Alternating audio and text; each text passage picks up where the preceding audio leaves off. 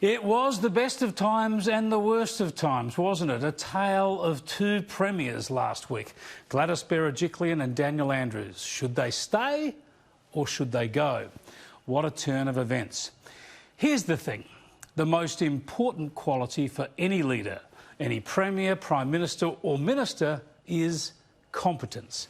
Gladys Berejiklian has been a competent premier. That's been her strongest suit until last week. Competence is not only about running a good budget, keeping a pandemic under control and getting some infrastructure built. Competence is also about maintaining standards in your government. And with Berejiklian, the expectations were pretty high, as they should be, after the years of corrupt Labor behaviour in her state. This is why her standing with voters and colleagues might never recover from last week. Berejiklian has revealed her own incompetence in this volatile area, and in doing this, she's thrown away one of her government's greatest assets, its reputation for being straight up.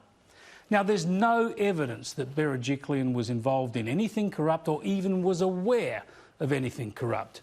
But she was aware that her secret lover, Daryl Maguire, was involving himself in a range of business deals while he was an MP, and the links to government policy and government proposals were so direct and the potential for conflicts of interest so obvious that Berejiklian repeatedly told Maguire that she didn't want to know about them. She was right to push back, cover her eyes and block her ears, but that should have been her cue. That's when she should have decided to have nothing more to do with Maguire. Instead of continuing to cultivate and hide their relationship, she should have demanded that he properly declare all his interests and concentrate on his political job, his main job.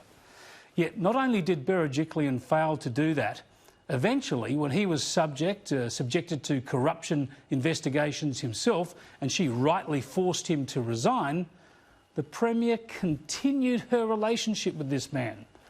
This was a terrible mistake, we can all see that.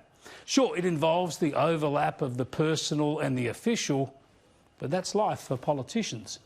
This Premier not only continued an intimate relationship with a disgraced former MP being investigated for corruption, but she kept the relationship so secret that her own colleagues, her own family, didn't even know about it. This is not competent leadership, and this is not being transparent with the people of New South Wales. This is such a sensitive point that we've been getting conflicting descriptions from the Premier herself. Last week we heard it was an intimate relationship, but Berejiklian said it wasn't of sufficient status to share with family and friends. Yet in a Sunday Telegraph interview yesterday, the Premier said she was in love with Maguire and she believed the relationship could lead to marriage. This morning, Berejiklian was again playing down the relationship. It wasn't a normal relationship, Ben. He wasn't my boyfriend. He wasn't anything of note. I certainly hoped it would be, but it wasn't sufficiently substantial for me. Messy stuff, although I reckon we can all believe the Premier when she says she'll never speak to Maguire again. Now, New South Wales is a state where corruption, shifty property developments and land deals have long polluted the political culture. Part of the reason the coalition was elected was to eradicate this nonsense. That's the tragic breach of faith here. Again, I'm not suggesting Gladys Berejiklian has had anything to do with these grubby deals, but she has exposed herself and compromised her own office by failing to be open and public about her relationship and failing to end it when this bloke was caught out with those investigations into alleged corruption, but allegedly corrupt behaviour. Now, the rules around all of this are a shambles. Many voters don't realise this, but it's perfectly fine under the rules, in most states in fact, for MPs to have second jobs. Now, sure, of course, if you're running a farm or run a small or family business, you shouldn't have to give that up to go into Parliament. But there has to be a way to rule out most of these second jobs. The idea that an MP can legally collect commissions from property developers and others is absolutely anathema to good and clean government. Think about this.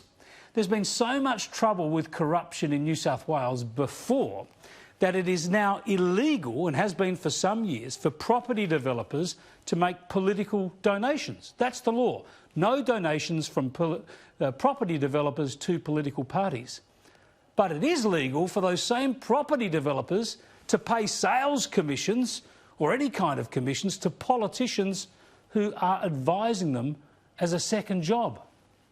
Rightly or wrongly, MPs are allowed to do deals and make money. Right or wrong? Let's hear that again. Rightly or wrongly, MPs are allowed to do deals and make money. I reckon we all know that this should be wrong. It is wrong. The trouble is it's allowed under the rules. It's a disgrace that the laws still allow this. I reckon it has to stop. And I reckon most of you would agree. Now, I have my doubts that Gladys Berejiklian can redeem herself after this affair. But if she's got any hope at all of doing this, this is her opportunity. She's got to clean this up. She's got to change these rules. She's got to fix this rort. Berejiklian can turn her folly into a public good if she changes the rules so that we can all be sure when we elect people to Parliament to work for us, they do work for us and only for us.